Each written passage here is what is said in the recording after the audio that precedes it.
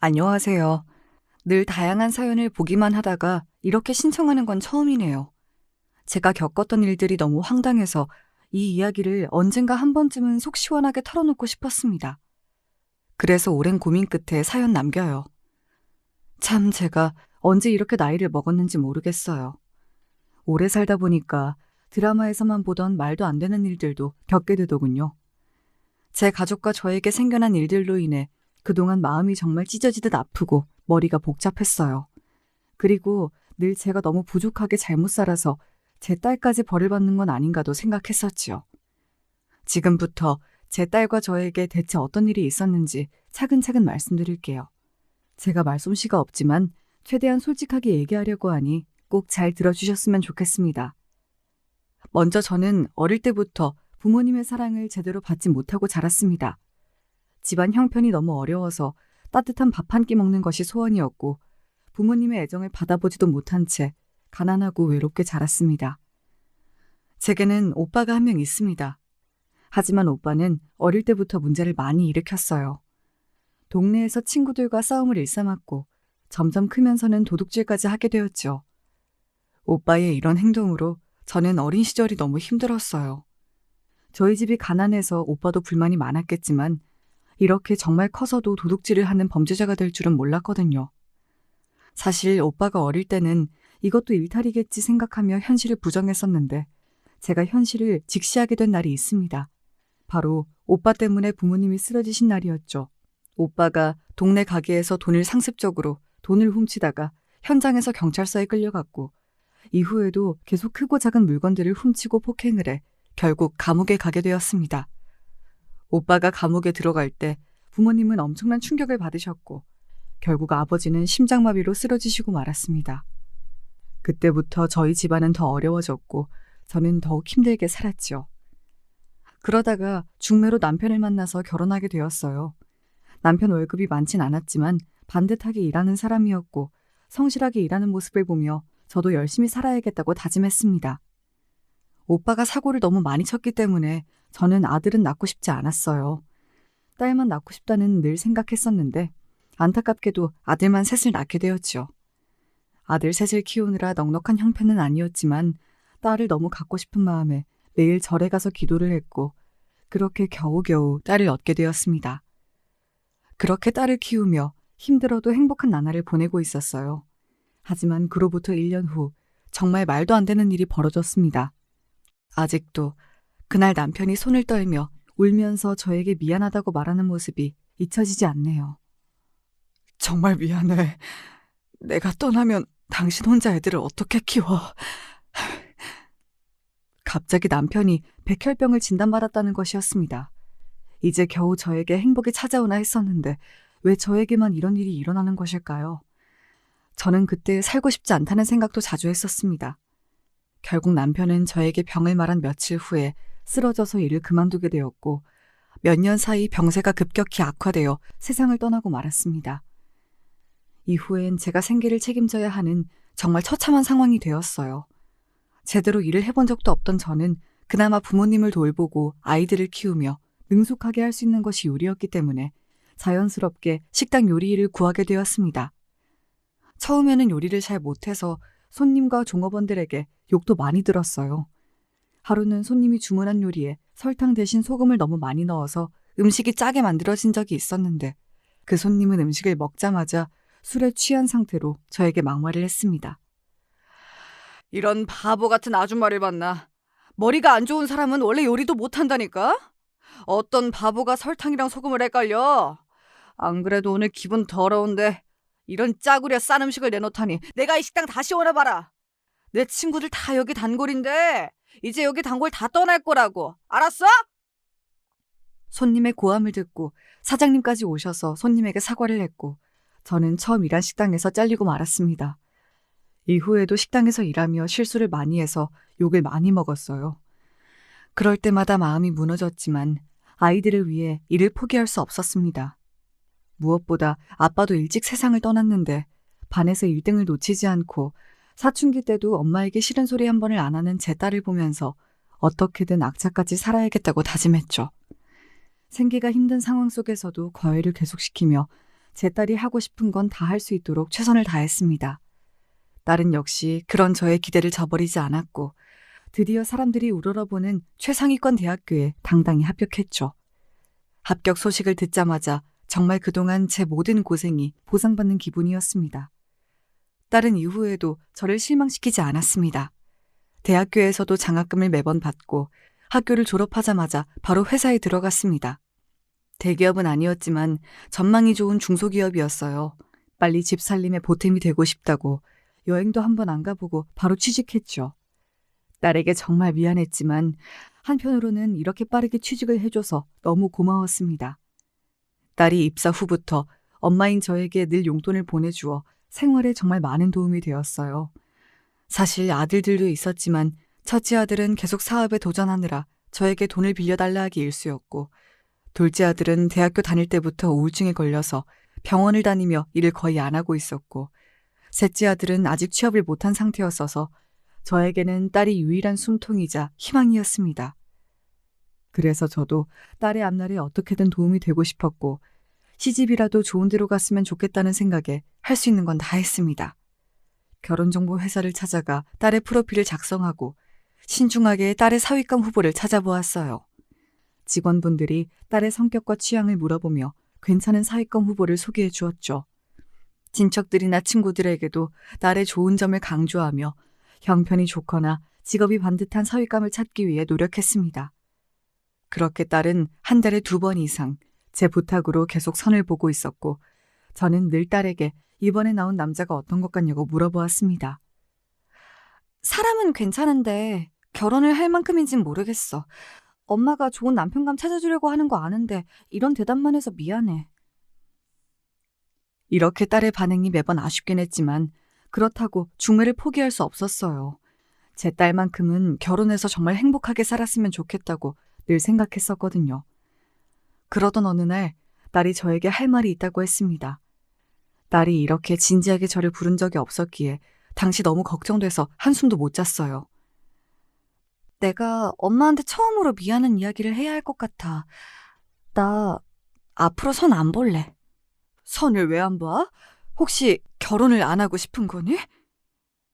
이 얘기를 꺼내면서도 한편으로는 딸이 정말 결혼하기 싫다고 하면 어쩌나 속으로 너무 긴장되었어요. 그동안 열심히 살아서 이제 지쳐서 결혼을 하고 싶지 않은 건가?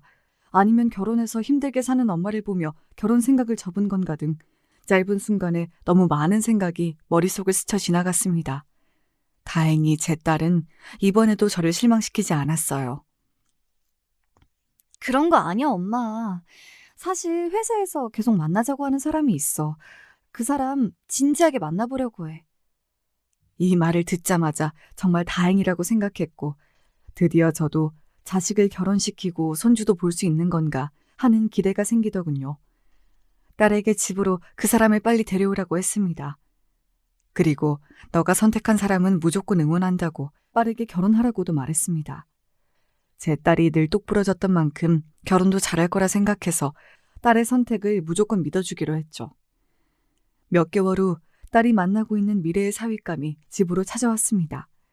제가 대화해보니 제 딸을 많이 좋아하고 있고 부모님도 잘 계시고 집안도 어릴 때부터 늘 넉넉한 형편이었다고 들어서 상견례 날짜를 바로 잡자고 얘기했습니다. 지금 생각해보면 아무리 공부를 잘했어도 사람을 만나는 거나 결혼은 또 다른 문제인데 조금 더 오래 만나보라고 했어야 하나, 제가 사돈이 어떤 사람인지 더 잘 알아봤어야 하나 그런 생각도 듭니다. 그때는 이후에 어떤 일이 펼쳐질지 몰랐으니까 이 결혼에 대해 한치의 의심도 없었던 것 같아요. 지금 생각하면 더 신중하지 못했다는 게 아쉽습니다. 이후 시간이 흘러 상견례 날이 되었고 저는 그날도 잔뜩 긴장하며 잠에 들었습니다. 식당 일도 빼고 사돈에게 잘 보이기 위해 비싼 옷도 샀습니다. 그리고 드디어 사돈을 만났죠. 안사돈과 바깥사돈 모두 반갑게 저에게 인사를 건네주었어요. 대화는 평범하게 잘 흘러가는 듯 했지만 제가 사부인을 색안경을 끼고 바라보게 된 말들이 좀 있었습니다. 먼저 이야기를 들을수록 사부인은 돈 자랑을 자주 하고 거치장도 굉장히 많이 하고 명품 옷도 많이 입는 사람인 듯 했어요. 사실 이 부분은 그렇게 살 능력이 되니까 그러는 거겠지 하며 최대한 좋게 사부인을 바라보려고 노력했습니다. 그리고 평소에 등산 동호회를 하며 친구들과 별장으로 자주 놀러 가신다고 자랑하듯이 말씀하시기도 했는데 속으로는 아무리 그래도 남편이 있는데 집을 이렇게 자주 비울 수 있을까 좀 의아했지만 저랑 아예 다른 사람이니 제가 더 이해해 보기로 했습니다. 사부인과 다르게 사돈어른은 정말 말수가 적으시고 인상도 좋으셨습니다. 한마디 한마디가 신중하셨어요. 다만 좀 특이한 점은 안사돈이 사례가 걸리거나 에어컨 때문에 춥다고 이야기를 할 때 너무 심하게 걱정하는 경향이 있다는 것이었습니다. 하지만 아내를 많이 사랑하기 때문에 나오는 행동이 아닐까 생각도 했었습니다. 아, 상견례를 떠올리다 보니 그때 제일 쎄했던 말이 기억났는데 이 말도 사부인이 꺼냈었던 것 같아요. 우리 아들은 사실 공부보단 운동을 좋아했어요. 따님이 공부를 너무 잘해서 우리 아들 기가 죽진 않을까 걱정이네요. 그리고 집에 안 있고 자꾸 바깥으로 나돌지 않을까 하는 생각도 들고요. 무엇보다 애를 낳으면 엄마가 돌봐야 할 텐데 그때 되면 일은 당연히 그만두겠죠? 딸의 표정이 순간 확 굳어졌지만 결혼이 엎어질까 봐 사부인 말에 다 동의하면서 참았습니다. 그리고 아들 셋 다 상황이 여의치 않아서 도저히 상견례 자리에 데리고 올 수가 없었는데 마침 사부인이 제 아들들에 대해 물어봤었어요. 그런데 가족분들은 왜 다 안 오셨나요? 유정이 오빠들이 3명 있는데 전부 못 와서 정말 죄송합니다. 첫째 아들은 사업 준비 중이어서 자금 문제 때문에 공사일을 가야 해서 못 왔고 둘째는 정신적으로 많이 우울해서 밖에 잘 안 나가는 상태입니다. 셋째는 지금 일자리를 구하고 있는데 오늘 취직 관련된 중요한 일정이 있어서 못 왔습니다.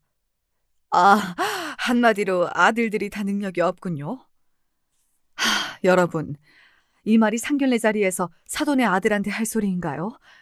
저는 이 말을 듣고 제 귀를 의심했고 정말 기분이 나빴습니다. 분위기가 싸해지자 사위가 능력이 있는 사람도 누구나 힘들 때가 있는 것이라며 사부인을 말리기 시작했습니다. 다금 생각해도 사부인이 상견례에서 제 아들들한테 한 말은 정말 어이가 없네요. 그리고 상견례 때 있었던 일을 떠올리다 보니 사부인이 하신 말씀 중에 돈이 없는 사람들이나 식당에서 일하는 직원처럼 자기보다 권위가 낮다고 생각하는 사람을 굉장히 무시하는 듯한 발언이 많다는 것도 기억이 났습니다. 저번에 식당에 갔는데 종업원이 너무 불친절해서 기분이 상했어요. 능력 없어서 식당 일하는 가난한 사람들이 왜 그렇게 무례한지 모르겠어요. 그래서 내가 종업원을 제대로 혼내줬죠. 진상짓 좀 했어요. 어차피 더 이상 볼 사람도 아니고 나한테 덤비지도 못하니까요. 저도 식당 일을 하는 처지라 이 말을 듣고 찔리고 마음이 아팠어요. 하지만 사부인 성격이 워낙 깍쟁이 같고 어렸을 때부터 부모님과 남편을 잘 만나 호의호식하며 고생 없이 산 사람이라면 살아온 환경이 다르기 때문에 나이가 있어도 평생 이렇게 살아서 조심스럽지만 철이 없을 수 있지 않을까 생각하며 어떻게든 이해하려고 노력했습니다. 이렇게 제 인생 첫 상견례는 큰 사건 없이 흘러가긴 했지만 가식적인 말이 오가고 약간 쎄한 느낌이 있는 찝찝한 상태로 마무리되었습니다. 이후 나중에 사위가 집에 찾아와서 사부인에 대한 이야기를 해주었어요. 알고 보니 사부인이 10년 전쯤 크게 아프셨고 그 이후로 성격이 변해서 하고 싶은 거 다 하면서 살고 있는 거라고 하네요. 그래서 사돈어른이랑 사위가 사부인이 집에 잘 안 들어오고 돈 많이 써도 모든 행동을 이해하고 작은 행동 하나하나에도 걱정하면서 맞춰주는 거라고 했습니다. 그제서야 사돈어른이 왜 그렇게 상견례 때 작은 걸로도 호들갑을 떨었는지 이해가 갔고 저도 사부인의 행동을 너그러운 마음으로 이해해 주어야겠다고 다짐했습니다. 딸의 결혼식 준비도 순탄하게 잘 진행되었고 이후 딸은 아이를 낳았습니다. 저는 주말마다 손녀를 봐주기로 했어요. 제 딸은 아이를 낳고 복직을 하고 싶어 했지만 사부인이 하도 반대해서 결국 일주일에 3일 이하로 일하는 곳으로 근무하는 것으로 사부인과 얘기를 끝냈습니다. 저는 평일에는 일하고 주말에는 일 나간 딸 대신 손녀를 보며 거의 하루도 쉬지 못했어요.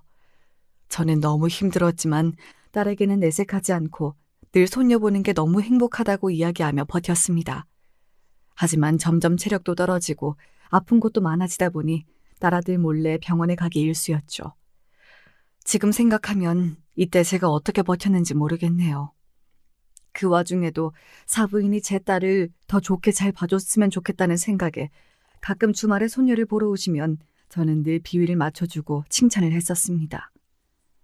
이번에 새로 산 옷인데 어때요? 보는 사람들이 고급스럽다고 생각하겠죠? 저는 그게 중요하거든요. 등산 동호회 사람들 중에서 제가 제일 예뻐 보였으면 좋겠네요.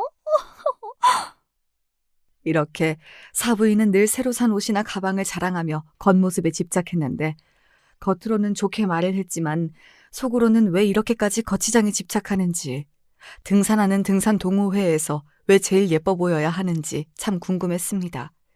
또 늘 전화를 붙들고 있어서 그렇게 연락 올 곳이 많을까 생각도 했지만 괜히 불편하실까 봐 물어보진 않았어요. 저는 늘 사부인의 비위를 맞추면서 좋은 관계를 쌓기 위해 노력했는데 안타깝게도 제 딸이랑 사부인의 사이는 갈수록 좋지 않은 것 같았어요. 딸이 주말에 일하고 집에 오면 사부인과의 대화를 일부러 피하는 것 같았습니다. 딸에게 무슨 일이 있었는지 묻진 않았고 사부인이 아프셨어서 성격이 그렇게 되신 거니까 너가 이해하라고 잘해드리라고만 이야기했어요. 이후에도 둘 사이는 애정이 넘치는 말투는 아니었지만 그래도 기본적인 선은 지키면서 잘 대화했어서 앞으로도 큰 문제는 없을 것이라고 생각했습니다. 이후 시간이 흘러 딸이 둘째 아이를 낳았고 사랑스러운 두 명의 손녀를 보니 저는 고된 하루의 힘듦이 싹 사라지는 느낌을 계속 받았습니다. 아이들은 역시 빨리 크고 시간이 흘러 둘째 손녀의 돌잔치가 되었습니다. 그리고 그날 정말 충격적인 생각지도 못한 일이 일어났어요. 지금 생각해도 심장이 요동치네요. 사부인이 글쎄 돌잔치에 온 그 많은 사람들 앞에서 제 딸에게 굴욕적인 망신을 줬습니다. 솔직히 돌잔치에서 왜 그런 이야기들을 꺼냈는지도 전 이해가 안 돼요. 여러분도 이 이야기를 돌잔치에 꺼내는 게 옳은 일인지 한번 판단해 보실래요? 너는 언제 일을 그만둘 거니? 애들 키우고 집안일 하려면 일 그만두는 게 좋지 않겠어? 그리고 우리 집에서 내가 같이 살자고 했는데 왜 싫다는 거야? 결혼했으면 어른들 말도 좀 들을 줄 알아야지. 어머니, 저는 일도 중요하고 제 꿈 이루면서 애들 열심히 키우고 싶어요. 그리고 지금 집에서 잘 지내고 있어서 또 다른 변화가 있지 않았으면 좋겠어요. 죄송해요. 너 같은 며느리가 무슨 꿈을 이루겠다고. 그냥 집안일이나 잘하지. 사부인의 말에 딸의 표정이 굳어졌습니다. 하지만 분위기를 망치지 않으려고 애써 참는 모습이었죠. 하지만 사부인은 거기서 멈추지 않았습니다. 꿈 이룬다나 뭐라나 헛된 소리 하지 말고 내가 하라는 대로 해. 괜히 가랑이 찢어진다? 내 말 못 믿겠으면 너희 오빠들 하는 꼴 좀 보렴. 너도 그 꼴 나고 싶니? 사부인이 한 말은 저에게도 정말 큰 상처가 되는 말이었고 자신의 오빠를 깎아내리는 말을 공개적으로 들은 제 딸도 참지 못하고 폭발했습니다. 덩달아 사부인의 목소리도 계속해서 커졌고 돌잔치에 온 많은 사람들이 이 대화를 듣게 되었지요. 어머니, 제 가족을 그렇게 무시하지 말아주세요. 저도 참을 만큼 참았어요. 네가 뭘 참았다는 거야? 내 말 다 무시하고 하고 싶은 대로 일도 하잖아. 저 어머니가 어떤 행동을 해도 아무한테도 말 안 하고 조용히 눈 감고 있는 거 아시죠? 늘 어머님 편 들어드렸잖아요. 그런데 저한테 대체 왜 그러세요? 뭐? 너 지금 이 자리에서 그 얘기를 왜 해? 나랑 한번 해보자는 거냐? 어? 이 말과 함께 사부인은 분노를 참지 못하고 제 딸의 뺨을 세게 때렸습니다. 그 순간 돌잔치 분위기는 완전히 망가졌고 저는 너무 놀라서 아무 말도 할 수가 없었어요. 딸은 눈물을 흘리며 자리를 박차고 나갔습니다. 사위와 사돈어른도 정말 당황한 표정이었어요. 제 사위는 급히 나서서 사부인을 진정시켰고 사돈어른이 마이크를 잡고 손님들에게 말했습니다. 우선 큰 소리를 내서 죄송합니다. 잠시 오해가 있었습니다. 너무 걱정하지 마시고 다들 즐겁게 시간 보내시길 바랍니다. 다시 한번 와주셔서 감사합니다. 그러나 그 말로도 상황은 진정되지 않았고 이미 돌잔치는 엉망이 되어버렸습니다. 딸이 자리를 박차고 나간 후 저도 따라 나갔습니다. 딸은 그 사건 이후로 사부인과의 관계를 끊고 싶어 했고 저에게 이혼까지도 고민 중이라고 하였습니다.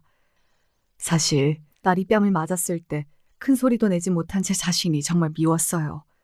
또 계속 사부인과 마주치다 보면 정말 스트레스를 많이 받겠다 생각도 했지만 그래도 이혼을 하면 사람들에게 결혼에 실패한 이혼녀 취급을 받게 될 것이라고 생각이 들어 이혼을 끝까지 말렸습니다. 딸은 제 이야기를 듣고 괴로워하면서도 이혼을 최대한 안 하는 방향으로 잘 생각해 보겠다고 했습니다. 그날 후로 오랫동안 저는 깊은 자책감에 빠졌습니다. 사부인이 제 딸에게 하는 모든 행동, 그리고 저희 아들을 욕하는 행동들이 결국 제가 아들들을 잘못 키워서 그런 건 아닐까, 내가 딸의 행복을 망친 것은 아닌가 하는 생각이 끊임없이 들어서 괴로웠어요. 딸에게 더 좋은 환경을 만들어주지 못한 제 자신이 원망스러웠죠. 그리고 한 가지 의문점도 있었습니다. 돌잔치에서 딸과 사부인의 대화를 처음부터 들었는데 딸이 어머니가 어떤 행동을 하든 아무한테도 말 안 하고 늘 어머님 편 들어드렸잖아요 라는 말을 하자마자 사부인이 눈이 확 돌아갔었거든요. 대체 무슨 일이 있었길래 저 말 한마디에 뺨을 때릴 정도로 화가 난 것인지 아무리 생각해도 이해가 가지 않았습니다. 그리고 어떤 이유든 순간적으로 이성을 잃고 자기 감정을 주체하지 못하는 사부인의 모습을 보며 처음부터 이 결혼을 안 했어야 하는 건 아닐까 후회도 많이 했어요. 이 일이 있던 다음 날 사위가 찾아와서 어머니가 뺨을 때려서 미안하다고 무릎을 꿇고 정중하게 저와 딸에게 사과했습니다. 정말 죄송합니다. 저희 어머니가 어제 너무 심했어요. 진심으로 사과드립니다. 자네 잘못은 아닐세. 사부인이 갑자기 그렇게까지 화낼 줄은 나도 몰랐네. 당신 사과는 됐어. 어머님이 직접 나한테 사과하셔야 하는 거 아닐까? 남편의 진심 어린 사과에도 마음이 풀리지 않았던 제 딸은 이후에도 사부인이 사과해야 한다고 몇 번이나 말했습니다. 사위도 동의했고 계속해서 사부인이 제 딸에게 사과를 하게끔 사부인을 설득하려고 노력했습니다. 하지만 사부인은 그럴 때마다 제 딸이 먼저 잘못을 했고 처음부터 자기를 살갑게 대하지 않는 등 무시를 일삼았다며 오히려 사과를 받아야 한다고 우겼습니다. 저는 이런 사부인의 태도가 정말 이해가 되지 않았어요. 여러분, 손녀의 돌잔치에서 며느리의 뺨을 때리는 게 이게 있을 수나 있는 일인가요? 제 딸이 겪은 일이어서가 아니라 상식적으로 정말 일어나선 안 될, 말이 안 되는 일이라고 생각해요. 그리고 제 딸이 겪은 일이라서 저는 정말 말할 수 없이 마음이 아프고 미안하고 비참합니다. 더 웃긴 건 사위도 처음에는 이런 사부인의 태도에 의아함을 가지고 타이르는 듯 했으나 점차 사부인의 편을 드는 모습이 보였다는 겁니다. 제 딸에게 이런 말을 했다고 하더군요. 그래도 우리 엄마가 그렇게 화낸 건 다 이유가 있지 않을까? 얼마나 쌓인 게 많으셨으면. 네가 좀 더 평소에 엄마한테 잘했으면 좋았을 텐데 미움받을 짓을 뭐하러 해가지고 좀 더 맞춰드리지. 사위의 말을 들은 제 딸은 큰 배신감을 느꼈고 결국 마지막엔 고민 없이 이혼을 결심하게 되었습니다. 엄마, 저 더는 못 참겠어요. 정말 죄송해요. 이혼하겠습니다. 딸이 왜 이런 결정을 할 수밖에 없었는지 모든 과정을 지켜봤기에 그 결정을 지지하면서도 한편으로는 딸이 나중에 후회하지 않을까 생각도 들었습니다. 이혼을 하게 되면 아이들도 남편 없이 키워야 하는데 제가 남편의 빈자리를 너무 잘 알기 때문에 더 안타까웠던 것 같아요. 그런데 사부인은 제 딸과 생각이 달랐나 봅니다. 이혼을 못하게 막았다네요. 나중에 사위한테 들었는데 사부인이 동호회 사람들이나 친척한테 아들이 이혼했다고 얘기할 수 없어서 이혼은 절대 안 된다고 말했다네요.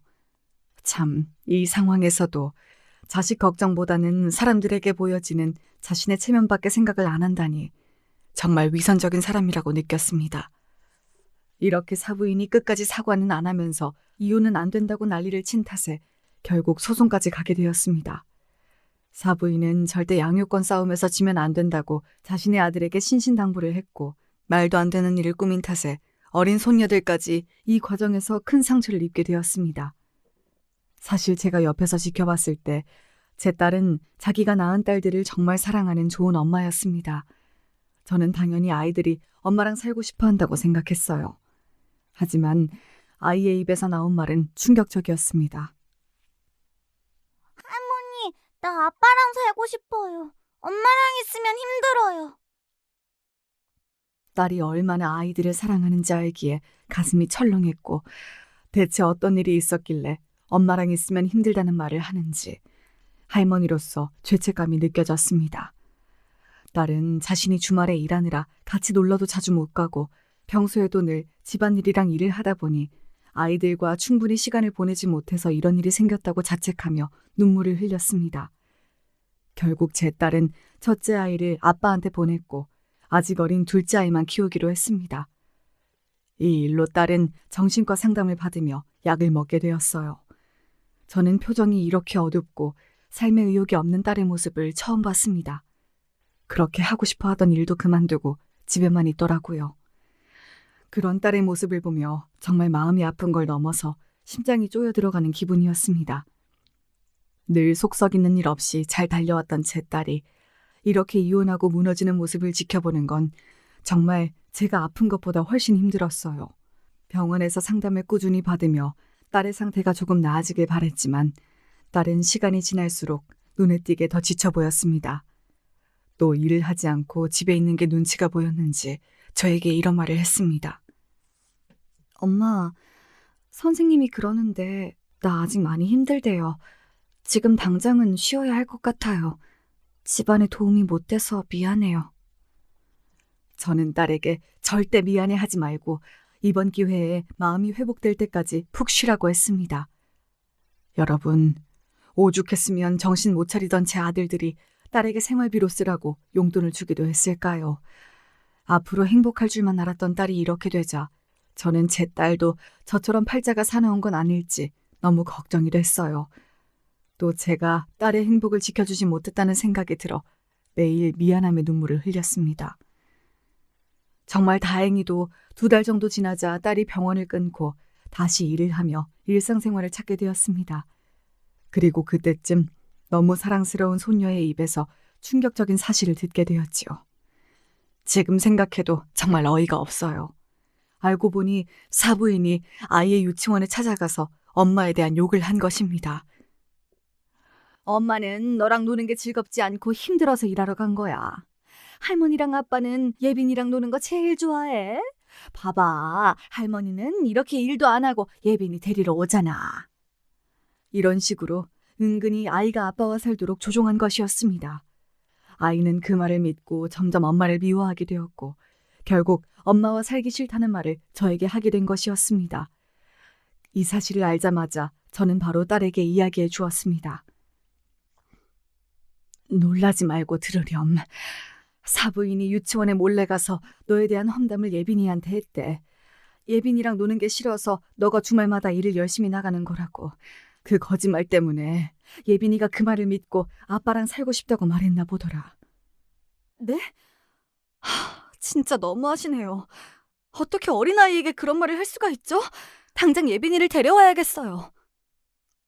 딸은 아이가 받을 상처를 생각하지 않는 사부인에게 정말 실망했다며 이 일을 그냥 넘어가지 않을 것이라고 했습니다. 그리고 아이에게 진실을 이야기해 주었습니다. 예빈아, 엄마가 너랑 자주 놀아주지 못해서 미안해. 그런데 엄마는 너를 정말 사랑해. 엄마는 예빈이랑 놀 때가 가장 행복하고 즐거워. 앞으로 엄마가 더 많이 표현하고 좋은 곳 많이 데려갈게. 아이는 처음에는 딸의 말을 안 믿기도 했고 의아해했지만 이후에 모녀가 재밌는 시간을 많이 보내면서 다시 마음을 여는 듯 했습니다. 저는 사위에게 전화를 걸어 이 사실을 이야기했습니다. 사부인이 예빈이를 따로 만나서 엄마가 예빈이를 싫어해서 주말에 일을 하는 것이라고 말했다는데 알고 있었나? 어린아이에게 어떻게 이런 짓을 할 수가 있는지 나는 너무 소름이 돋고 화가 나네. 예빈이가 자네랑 살겠다 한 것은 사부인이 이렇게 뒤에서 아이를 설득했기 때문이라고. 장모님, 그게 사실인가요? 정말 죄송해요. 저도 몰랐습니다. 아이와 이야기해보고 엄마랑 사는 게 더 좋다고 하면 같이 살 수 있게끔, 그게 힘들다면 자주 볼 수 있게끔 제가 어떻게든 해볼게요. 다시 한번 죄송합니다. 사위는 연신 죄송하다고 말을 했어요. 이후 저와 제 딸이 아이를 보는 횟수가 늘게 되었고 나중에는 엄마와 같이 살고 싶다는 아이의 의견을 반영해서 다시 저희 집으로 아이가 들어오게 되었습니다. 사부인은 계속 딸에게 전화와 문자를 하며 다시 손녀를 보내라고 압박했죠. 사실 그동안 봐왔던 사부인의 성격을 보면 이 정도는 예상한 일이었습니다. 딸은 처음에는 사부인의 연락에 스트레스를 많이 받는 듯 했지만 나중에는 자연스럽게 무시했어요. 제 딸은 더 좋은 엄마가 되기 위해 주말에는 꼭 자녀들과 시간을 보냈고 저도 손녀들에게 더 좋은 요리를 해주며 아빠의 빈자리를 채워주려고 노력했습니다. 반복되는 안 좋은 일로 저도 딸도 큰 상처를 받았지만 아이를 지키기 위해 저희는 더 강해지기로 결심했어요. 사실 사부인이 이 정도로 말이 안 통하는 사람인 줄은 몰랐는데 이제 가족이 아니라고 막 나가는 게 아닐까 생각이 듭니다. 이때쯤 딸은 저에게 이런 말을 했었어요. 엄마, 제가 요즘에 인생을 참 많이 배웠어요. 내가 좋은 마음으로 열심히 산다고 좋은 결과만 따라오는 게 아니라는 것도 알게 되었어요. 하지만 인생이 늘 그늘만 있는 것도 아니고 또 햇볕만 있는 것도 아니니까 무슨 일이 있더라도 정신 바짝 차리고 잘 이겨내고 살아볼게요. 너무 미안하고 감사해요, 엄마. 이 말을 듣고 저는 제 딸이 얼마나 성숙하고 강한 사람인지 다시 한번 느끼게 되었습니다. 딸이 한 말처럼 딸은 아이가 돌아오고 나서 앞으로 살 새로운 집을 구하며 새로운 삶을 시작했습니다. 사부인의 귀찮은 연락은 계속 있었지만 그럴수록 제 딸은 더 단단해지는 듯 보였어요. 저는 딸과 손녀의 행복을 위해 제 남은 인생을 써야겠다고 생각했습니다. 그리고 제 딸과 저의 노력이 아이들에게 통했는지 이후 아이가 저에게 반짝이는 눈으로 이런 말을 하더군요. 할머니, 오늘 친구들이 나한테 우리 엄마가 최고래요. 엄마가 맛있는 간식도 선물해줬어요. 저는 엄마가 요즘 세상에서 제일 좋아요. 제가 이 얘기를 딸에게 전해주자 정말 기뻐하며 앞으로 더 열심히 살 거라고 하더군요. 이후 딸은 일 나가 있을 동안 아이를 봐줄 아주마를 구했습니다. 제가 지금처럼 쭉 아이들을 봐주겠다고 했는데 육아가 얼마나 힘든지 알기 때문에 저에게 부탁하는 것이 미안하다고 하더군요. 참, 제 딸이지만 속이 깊습니다. 딸의 배려 덕분에 저는 좀 더 마음 편하게 식당 요리 일을 다시 할 수 있게 되었고 다리도 아프고 힘들었지만 나이가 들수록 돈 필요할 일이 많이 있을 거란 생각에 일을 그만둘 순 없었습니다. 이후 가까운 지인에게 보험 일을 해보지 않겠냐는 제안을 받고 보험 일을 시작하게 되었어요. 보험 일이 생각보다 잘 맞았고 주변 사람들이 보험 등록을 많이 해줘서 성과금도 받을 수 있었습니다. 시간이 흐른 후 그동안 모아둔 돈으로 무엇보다 고생한 딸에게 비싸고 좋은 선물을 해주고 싶어서 오랜만에 백화점을 들렀습니다. 선물로 뭐가 좋을까 고민하다가 아직 제 눈엔 너무 젊고 예쁜 딸이 가끔은 꾸미기도 하면서 이젠 더 행복하게 살았으면 좋겠다는 생각에 구두를 사주기로 했습니다. 딸과 함께 구두 매장을 둘러보며 마음에 드는 구두를 고르고 있던 중 옆에서 익숙한 목소리가 들려왔습니다. 그 목소리가 점점 가까워졌고 저와 딸의 표정은 급격히 굳어졌습니다. 대체 누구를 받기에 모처럼 모녀간의 데이트에서 이토록 기분이 나빠진 것일까요? 저희가 마주친 사람은 바로 제 딸을 그토록 힘들게 한 사부인이었습니다. 어쩌면 이젠 암이기에 그냥 지나칠 수도 있었을 텐데 사부인도 저희를 보자마자 특유의 사람을 깔보는 표정으로 막말을 하기 시작했습니다. 뭐야? 거지 새끼들도 백화점을 오네. 이 말을 듣자마자 제 딸은 너무 화가 나서 눈물을 글썽였고 주먹에 힘을 꽉 쥐고 있었습니다. 제가 사부인에게 왜 가만히 있는 사람에게 시비를 거냐고 했더니 사부인이 제 말은 무시한 채 구두를 보여주고 있던 매장 직원들에게 여기 물이 안 좋다고 사람 아무나 받지 말라고 말했습니다.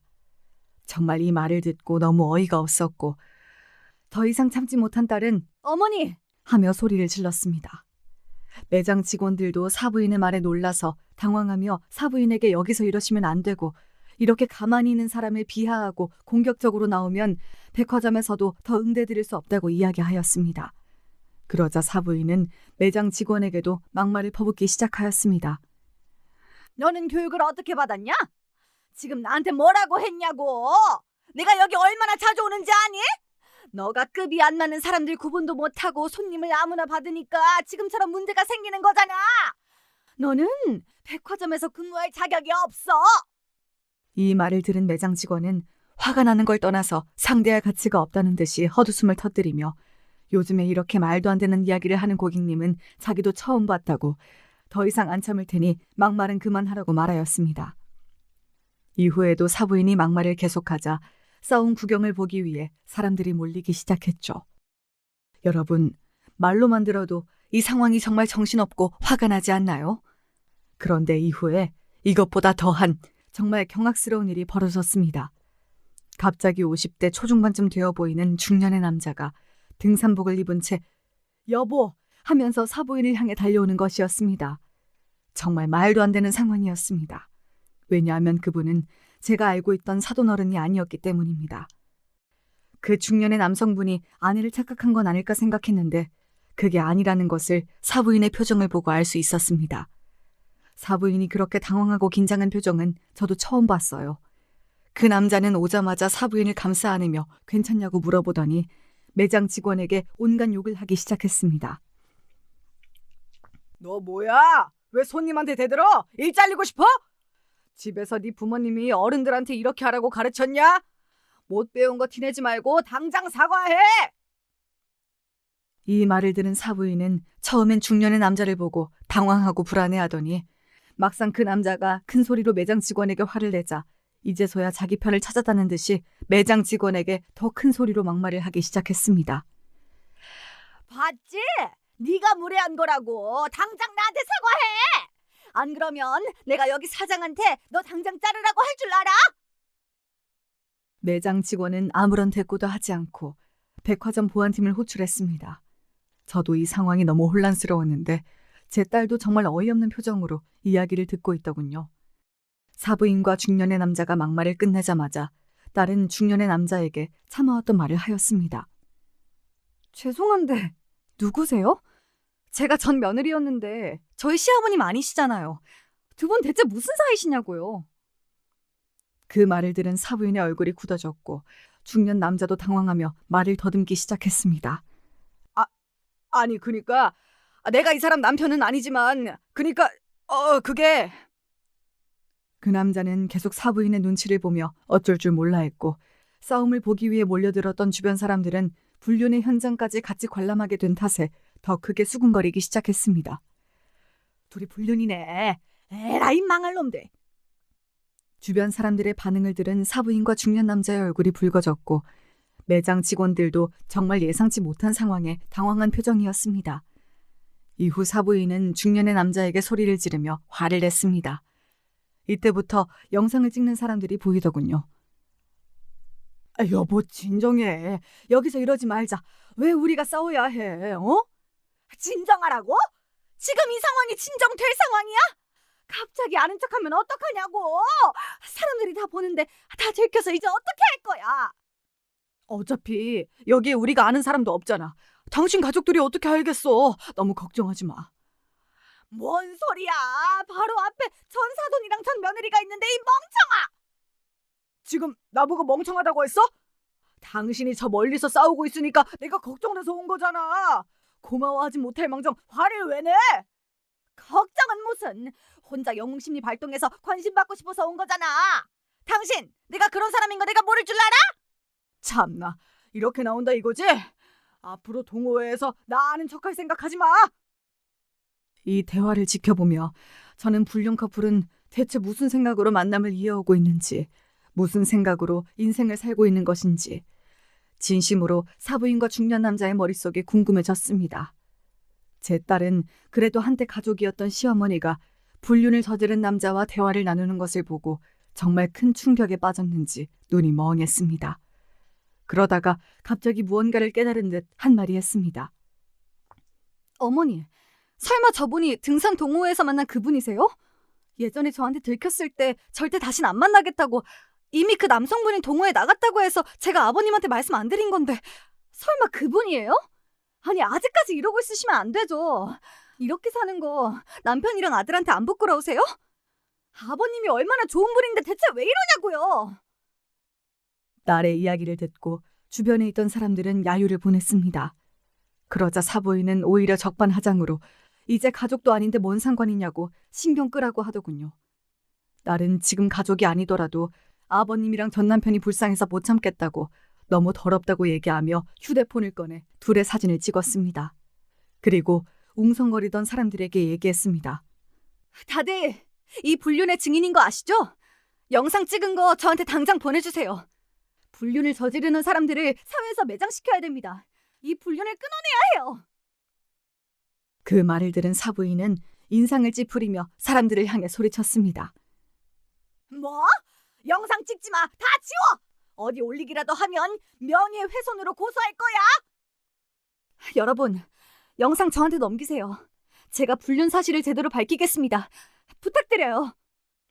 그러자 사부인이 화를 참지 못하고 제 딸의 머리채를 잡았습니다. 마침 백화점 보안팀이 도착해 사부인을 말렸고 사부인은 더 크게 소리치며 저항했습니다. 사람들은 더 많은 영상을 찍기 시작했고 상황은 더욱 난장판이 되었습니다. 그리고 끌려가는 사부인을 보며 딸은 마지막으로 경고했습니다. 인생 그렇게 살지 마세요. 그리고 다시는 저희 엄마랑 제 딸들 괴롭히지 마세요. 입 다물어! 너 같은 게 왜 내 아들이랑 엮여가지고 이 난리를! 내가 언젠가는 내 손녀들 다 데리고 갈 거야! 그 말을 듣는 순간 저는 정말 사부인이 또다시 일을 저지르지 않을까 긴장하며 가슴이 철렁 내려앉았습니다. 하지만 제 딸은 강한 눈빛으로 사부인을 응시하며 말했습니다. 절대 그런 일 없을 거예요. 이젠 제 가족들 제가 지킬 거니까요. 사부인은 이 말을 듣고 더 악을 쓰고 소리를 질렀고 그 장면을 보는 저는 너무나 충격적이었지만 동시에 딸의 강인함에 감동했습니다. 결국 구두는 사지 않았고 놀란 심장을 부여잡고 집으로 오게 되었습니다. 여러분, 이 장면을 실제로 봤다면 기분이 어떠셨을 것 같나요? 저는 정말 드라마에서 일어나는 일을 눈앞에서 실제로 본 느낌이었어요. 제 딸은 이제 사부인의 말도 안 되는 행동에 조금은 적응이 됐는지 정신을 붙잡고 끝까지 사람들에게 영상을 받아갔습니다. 이후 집에 와서 사부인의 불륜을 말해야 할지 말지 굉장히 고민하고 있는 눈치였어요. 저는 딸에게 언제부터 이 사실을 알고 있었냐고 물었습니다. 사실 돌잔치에서 어머님이 막말하기 전부터 알고 있었어요. 제가 어머님의 불륜 사실을 알고 있어서 저를 더 싫어했던 것 같아요. 그때부터 이혼해서 제가 나가길 바랬던 건 아닐까 싶기도 해요. 이 이야기를 듣고 사람 대 사람으로 사부인에게 소름이 돋았습니다. 그리고 제 딸은 오래 고민하다가 이 영상을 사돈어른에게 보냈습니다. 사실 사위랑 소송까지 하면서 안 좋게 이혼하긴 했지만 사위도 사돈어른을 닮아서 가정적이고 좋은 남편이었다고 딸에게 늘 들었어요. 아마 그래서 제 딸도 이 사실을 더 이상 숨길 수 없다고 판단했던 것 같아요. 딸은 엄마 때문에 아내랑 이혼하게 된 사위랑 아내가 바람 피우는 줄도 모르는 사돈어른 둘 모두 불쌍하다고 생각하고 있는 것 같았습니다. 제가 너무 궁금해서 후기를 딸한테 물어봤는데 딸이 사돈어른께 개인톡으로 백화점에서 있었던 영상을 보내자마자 한바탕 사돈집이 난리가 났다고 합니다. 사돈어른이 처음으로 정말 크게 화를 냈고 사부인이 사돈어른에게 싹싹 빌고 가지 말라고 붙잡았지만 대꾸도 없이 그 상태로 집을 나가버렸다고 하네요. 하긴 아무리 착하고 좋은 사람이라도 배우자의 바람을 용서할 순 없을 거예요. 근데 정말 어이가 없는 건 이후 사부인이 저에게 연락이 왔다는 거예요. 어차피 이제는 가족도 아니고 제 딸을 힘들게 한 장본인이기에 이번에는 저도 참지 않았습니다. 당신 딸을 어떻게 키운 거야? 걔가 멀쩡한 가정의 평화를 깼다고! 제발 정신 좀 차리세요. 사돈어른이 불쌍하지도 않으세요? 그나마 곁에 남은 아들마저 정 떨어지게 만들고 싶은 거 아니면 지금이라도 인생 제대로 사세요. 뭐? 지금 말 다 했어? 제가 한 번도 사돈한테 이렇게 속에 있는 이야기를 해본 적이 없기에 큰 충격을 받은 모양이었습니다. 어차피 더 이상 전화할 일도 없어서 내친 김에 한마디 더 했습니다. 그리고 돈 좀 있다고 사람 무시하지 마세요. 예전에 돌잔치에서 제 아들 무시하는 것도 참았는데 할 말 못할 말 구분을 좀 하세요. 이번에 매장 직원들한테 하는 행동도 참 별로였어요. 나이값도 좀 하시고요. 제 말을 듣고 사부인은 당황했는지 너무 맞는 말이라 할 말이 없었는지 대답도 없이 전화를 끊었습니다. 이후 저에게 전화 오는 일은 없었어요. 이럴 줄 알았다면 진짜가 아닌 건 아니라고 말 좀 하고 살 걸 그랬습니다. 이후 며칠 후에 사위가 저에게 할 말이 있다고 집에 온다고 했습니다. 저희 집에 도착하자마자 무릎을 꿇고 울면서 말을 시작하더군요. 장모님, 정말 죄송합니다. 이번 일이 있기 전까지 제가 저희 어머니를 너무 믿었어요. 지금이라도 딸들 키우면서 다시 잘 살고 싶어요. 재결합하게 해주세요. 저 이혼하고 너무 후회했습니다. 울부짖는 사위의 모습을 보며 마음이 참 아팠습니다. 하지만 제가 결정할 일은 아니라고 생각해 어떤 선택이든 존중할 테니 제 딸과 대화하라고 하였습니다. 사위는 눈물을 흘리며 이해해 주셔서 감사하다는 말과 함께 힘겹게 집을 떠났습니다. 젊은 애들이 사부인 때문에 그동안 얼마나 힘들었을지 생각하니 참 가슴이 답답했습니다. 제가 가끔 딸에게 사위가 불쌍하다고 말하면 그래도 남편이자 아빠로서 그때 어머니 편을 들었으면 안 된다고 딱 잘라 말하더군요. 제 딸도 정말 여리고 소녀 같았는데 이렇게 단호하게 말하는 걸 보면 정말 이제는 어엿한 엄마가 된 것 같다는 생각이 들어요. 딸이 두 아이의 엄마임에도 이런 딸을 보면 가끔 제 기분이 이상할 때가 많습니다. 사위가 찾아온 그날 저녁, 제가 먼저 재결합에 대한 이야기를 꺼냈습니다. 딸은 아직 남편을 사랑하는 마음이 남아있지만 그동안 받은 상처가 너무 크고 지금은 모든 게 복잡해서 당장 재결합은 못하고 애들 아빠니까 생각은 해보겠다고 이야기하였습니다. 저는 딸에게 어떤 결정이든 다 존중할 테니 앞으로는 너의 행복만 생각하라고 했어요. 그리고 저는 더 딸의 집에 자주 오며 딸과 손녀가 남편과 아빠가 없는 허전함을 덜 느끼게 하기 위해 노력했습니다. 그날도 딸의 집에서 다 같이 저녁을 먹고 있을 때였어요. 갑자기 딸의 휴대폰에 메시지가 도착하더군요. 딸은 메시지를 확인하고 놀란 표정으로 저를 바라보았습니다. 엄마, 어머님 소식을 등산동호회 회장님이 보내주셨어요. 어머님이 그 백화점에서 본 등산복 입은 남성분한테 차이고 동호회에서도 쫓겨났대요. 뭐라고? 그게 진짜야? 딸은 전달받은 메시지 내용을 저에게 보여주었습니다. 등산 동호회 회장님이 딸에게 보낸 메시지였는데 사부인이 등산 동호회에서 쫓겨난 이유와 불륜남과의 관계에 대한 이야기가 적혀 있었습니다.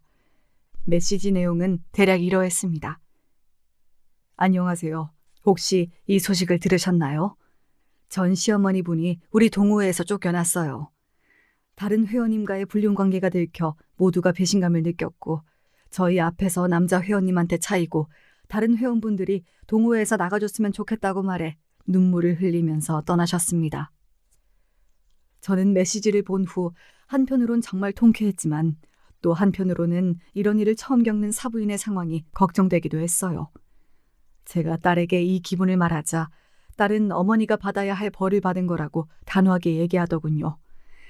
딸과 이야기를 하던 중 등산 동호회가 이 사실을 어떻게 알게 되었는지 궁금해져서 물어봤더니 딸은 자신이 알린 것은 아니라고 했습니다. 그날 백화점에서 이 일을 지켜보던 누군가가 5,000명으로 꽉 채워진 카톡 단톡방에 이 영상을 올렸고 그 단톡방에 마침 등산 동호회 사람이 있어서 이 일이 퍼지게 된 것이라고 하네요. 정말 우연도 이런 우연이 있을까요? 등산 동호회 사람들한테 무시당하고 남편한테 이혼을 당한 사부인은 요즘 쪽팔려서 집에서 나오지도 못한다네요. 이 두 가지가 사부인한테 가장 가혹한 벌인 것은 틀림없습니다. 이 모든 소식을 들은 딸은 마음이 훨씬 편안해진 것처럼 보였습니다. 예전부터 남편과 시아버지에게 어느 정도 미안함과 죄책감을 가지고 있었는데 모든 게 밝혀져 홀가분해하는 것 같았습니다. 이후로 저와 딸은 더 이상 사부인과 엮이는 일 없이 잘 살고 있습니다. 그리고 아직까지 딸은 재결합을 하지 않았어요. 저는 그래도 제 딸이 사부인만 안 만나고 다시 온전한 가정을 이루고 살길 속으로 바라고 있긴 합니다. 제가 제 이야기하는 게 익숙하지 않아서 말하면서 너무 흥분해서 내용이 뒤죽박죽한 부분도 많을 거예요. 보시는 분들 양해 부탁드립니다. 지금까지 들어주셔서 감사합니다. 이만 마치겠습니다.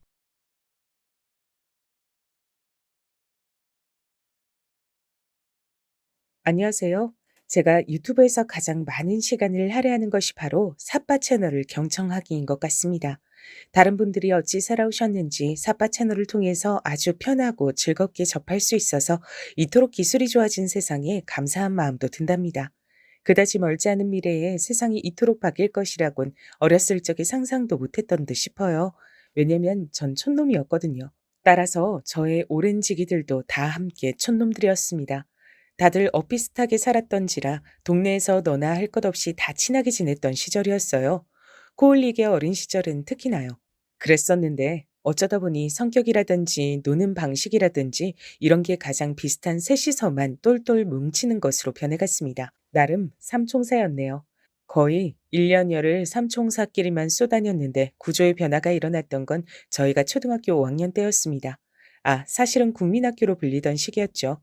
전 국민학교를 나온 학생이었건만 초등학교로 명칭이 바뀐 지가 하도 오래돼서 그런가 이쪽이 입에 더 잘 붙네요. 여러분 중에서도 저 같은 분 있으신가요? 제 주변의 지인들은 대체로 초등학교라고 많이 말하고 가끔 국민학교를 혼용해서 사용하더군요. 이래서 제 지인인가 봅니다. 끼리끼리예요. 또한 신기한 점은 제가 유독 제 나이를 곧장 헷갈리곤 하는데 제 지인들도 거의 이럽니다. 몇 년생인지 무슨 띠인지 이렇게만 바로 나이를 대답할 줄 알지 정확히 몇 살인지 바로 대답하는 경우가 없어요. 제 주변만 이러는 게 아니고 혹시 여러분도 이와 같으신지 궁금해지네요. 아무튼 나이가 들어갈수록 이런 부분들이 생기는 것 같아요. 나이 계산이 서툰 것에 이어서 조금은 부끄러운 얘기지만 전 이날 이때껏 살면서 많다고 자부할 인연들을 만들진 못했습니다. 제가 아무래도 마당발이 되기엔 부족한 제목이었기 때문이겠죠. 그러나 대신에 제가 막역하게 가깝다고 생각하는 인연들이 소수 존재하는 것에 감사한 지난 날이었습니다. 그 감사함의 저변에는 기본적으로 신뢰라는 것이 바탕이 되어 있었을 줄로 여겨집니다. 그러니 제가 인생에서 최고로 충격을 받는 일이 바로 인간관계에서 발생을 하게 되었던 것이겠죠. 초등학교 5학년 때 삼총사 셋이서 모두 한 반이었던 바로 그 반에 누가 전학을 왔습니다. 다들 아시겠지만 예전엔 학급마다 학생들 머릿수가 촌동네임에도 굉장히 썼습니다. 그래서 전 그 전학생이 얼른 새 친구를 사귀지 못하고 계속 겉도는 것이 이상해 보였던 듯 싶어요.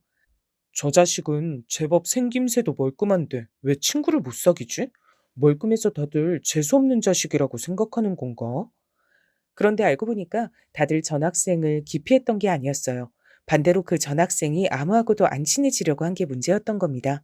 그 전학생은 이곳으로 결코 전학을 오고 싶지 않았는데 집안 사정으로 어쩔 수 없이 온 거기 때문에 무척 속상해하면서 계속 울적해하고 있었단 모양이었습니다. 그 내막을 알고서 삼총사 중에 가장 쾌활했던 김진수가 큰 목소리로 이렇게 말했었죠. 뭐야, 성격이 왜 저러냐? 어울려 놀기 힘들다. 그러자 큰 외침을 들은 그 전학생이 모른 척 넘기지 않고 즉각 발끈하더군요. 웃기지 마라. 누가 너희더러 놀아달라고 했냐? 제법 성질이 있는 모양이었습니다.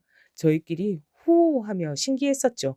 그 전학생은 저희 삼총사를 무섭게 째려봤습니다. 그리고 나서 얼마 후 학교에서 단체로 서울 나들이를 가게 됐어요. 과연 장소가 어디였던지 혹시 예측이 가능하실까요? 목적지는 바로 남산타워였습니다. 당시엔 그게 굉장히 엄청난 여행지라고 생각되었던 곳이기 때문이죠. 촌동네에서 거길 가게 됐는데 여러분 모두 아시겠지만 우리나라 고속도로 같은 게 나날이 발전한 거지 원래부터 삐까뻔쩍하고 길이 여러 방면으로 잘 나 있고 그러지 않았습니다. 그런데 당시의 일정이 무려 당일치기였던 거예요. 지금 생각하면 웃길 따름입니다. 그래서 집합을 아침 새벽에 했었죠. 동네 어귀에서 꼬꼬대 꼬꼬꼬 하면서 닭이 우는 소리가 날 때 이미 저는 일어나 있었습니다. 그건 집집마다 다른 녀석들도 마찬가지였다고 하더라고요. 서울까지 간다는 것에 모두가 설레서 잠을 설쳤던 겁니다. 지금과는 다른 순수함이 있었던 시절이었던 것 같아요. 저마다 도시락을 꼭 싸들고서 집합한 뒤 버스를 탔죠. 근데 제 눈에 전학생이 어쩔 줄 모르는 듯한 모습이 보인 겁니다. 버스를 타면 당연히 짝이 필요하잖아요. 둘씩 앉으니까요. 전 일단 삼총사 중에 2명이 같이 앉도록 제가 양보를 해서 혼자 자리한 상황이었습니다. 갈피를 잃은 전학생의 눈동자를 확인하고 저도 모르게 손을 흔들었죠. 야, 너 이쪽으로 얼른 와서 앉아. 우리 오늘 다 같이 다니자. 뭐? 싫어. 난 너희하고는 안 어울리기로 결심했어. 사람이 선심을 썼건만 대뜸 거절을 하더군요. 당황한 제가 이유를 물었더니 일전에 저희 삼총사가 본인을 놀린 것이 두고두고 분했다 그랬습니다. 제 뒤편에 앉은 진수가 콧웃음을 쳤죠. 저 자식 크게 삐졌나 봐. 또 놀림을 받자 그 전학생의 얼굴이 일그러졌는데 공교롭게도 그 순간 선생님께서 버스에 오르시며 눈을 부릅뜨셨습니다. 아직도 자리에 안 앉고 있는 놈은 대체 뭐하냐면서 그 전 학생의 머리통을 후려치셨어요. 잔말 말고 군말하는 녀석 있다면 나에게서 몽둥이 찜질을 받고 싶은 것으로 알겠다. 순식간에 눈앞에 별이 보인 전 학생은 해롱해롱해져선 제 옆자리에 앉았습니다.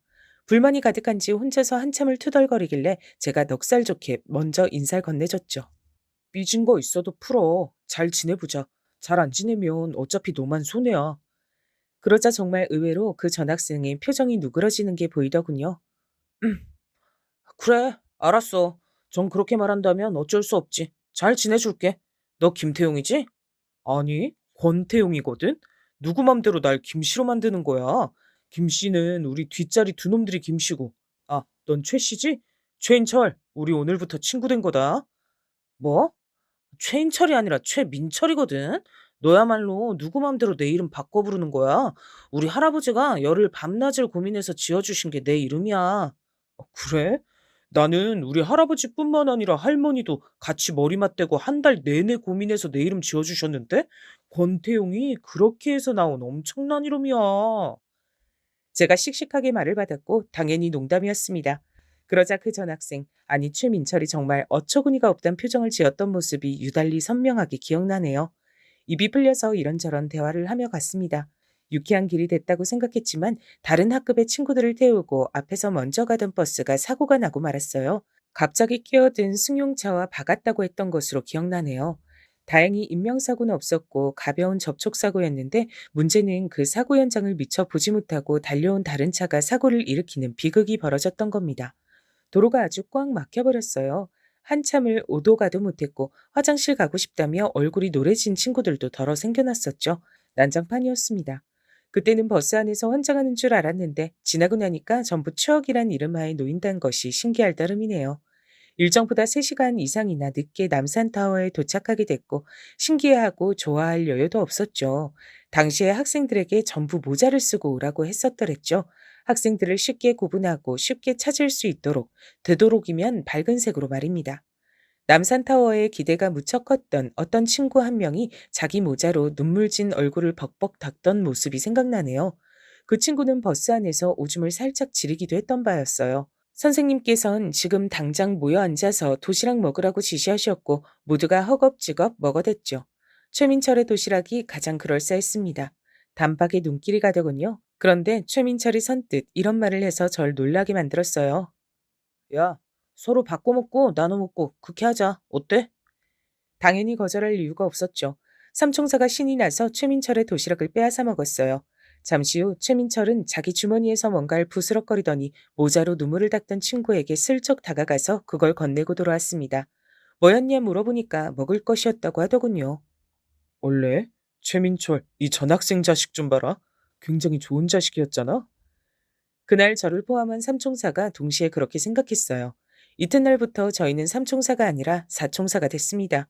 그리고 기존의 삼총사 녀석들에겐 비밀이었으나 저는 최민철, 이 녀석이 금세 가장 좋아졌습니다. 왜냐하면 매번 안 그런 척 툴툴대면서도 남을 배려하는 모습이 인상 깊었기 때문입니다. 그리고 사람은 누구나 인정받고 싶은 욕구가 기본적으로 있다고 하던가요? 최민철도 그랬었나 봅니다. 아닌 척하면서 배려를 발휘하면 최민철의 모습은 성격 나쁜 놈들의 눈엔 하는 짓이 재수없다 이렇게 보일 만도 했거든요. 그럴 때마다 제가 그런 놈들에게 한결같이 너나 잘해라 대꾸해 주었습니다. 싸움의 공식 중에서 선빵을 치면 필승이다 라는 말도 있지 않습니까? 제가 기세 좋게 확 대꾸하면 상대가 흠칫해서 금세 꼬리를 말곤 했습니다. 그런 저를 최민철은 신기해했고 고마워했으며 자기 자신을 알아주는 저를 점차 편하게 생각하기 시작했죠. 어느 날은 최민철이 처음 전화 갔을 때의 감상 같은 걸 제가 들려주었고 반대로 최민철은 그때의 자기 기분을 얘기해줬습니다. 그리고 그날 저희 두 사람은 최고 절친이 됐죠. 사총사 안에서도 가장 서로가 잘 통하는 사이가 된 것이었어요. 처음엔 이렇게 잘 통하는 친구 사이가 될 줄 몰랐던지라 의외면서 신기했습니다. 최민철과 노는 것이 특별히 즐거웠던 것도 아니에요. 그 녀석은 대체로 좀 섬세하고 조용조용한 면이 강했거든요. 전 그렇지 않았고요. 노는 것에 잘 통하긴 어려웠습니다. 그럼에도 이상하게 같이 있음 편했습니다. 아무 말하지 않고 침묵을 한참 지키고 있어도 어색하지 않았고요. 중학교에 가서 친하게 지냈어요. 시커먼 남자놈들만 득실하던 중학교에서 최민철처럼 감성이 뭔가 섬세한 녀석은 쉽게 재수없단 평가를 듣기 일쑤였죠. 그럴 때면 제가 나서서 도와줬습니다. 네 덕분에 내가 심하게 처맞는 일 없이 지금까지 버틴 것 같다, 야. 진심으로 고맙다. 새삼, 무슨 그런 낯간지러운 소리를 다 하냐? 내 생일이라고 특별히 이상한 소리를 해주는 거야? 중학교 3학년 때 제 생일날 최민철이 선물을 건네주며 그런 소리를 했었어요. 선물은 바로 모자였습니다. 아주 폼나는 모자였어요. 비싼 거였거든요. 너무 좋아서 바로 모자를 써봤고 그날 찍은 사진 속에서 전 모자 아래로 드러난 인매로 진한 호선을 그리고 있었습니다. 많이 기뻤거든요. 초반부터 눈치를 챈 바였으나 최민철은 집안 형편이 꽤 괜찮았습니다. 그걸 가지고 자랑질을 하거나 유세를 떠는 녀석은 아니었죠. 그래서 전 최민철이 더욱 마음에 들었어요.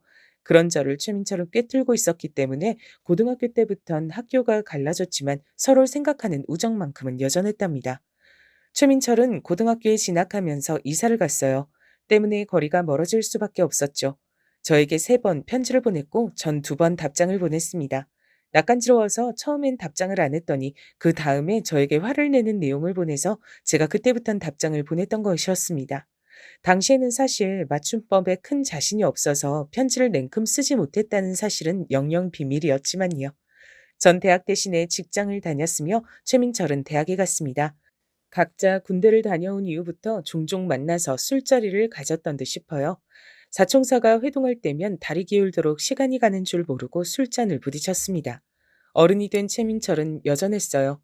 미묘하게 어딘가 섬세한 구석이 있는 녀석이었습니다. 결코 자주 만나지 않는 사이였음에도 가끔 보는 게 전혀 어색하지 않았고 편안했죠. 그러던 어느 날 제가 최민철을 따로 불러서 술이 아니라 밥을 사줬는데요. 그 자리는 제가 결혼하기로 한 여자를 보여주고 결혼 소식을 알리는 자리였습니다. 이쪽은 나랑 2년째 만나고 있는 여자친구야. 민철이 넌 얘기만 들었고 지금 내 여자친구 직접 보는 건 처음이지?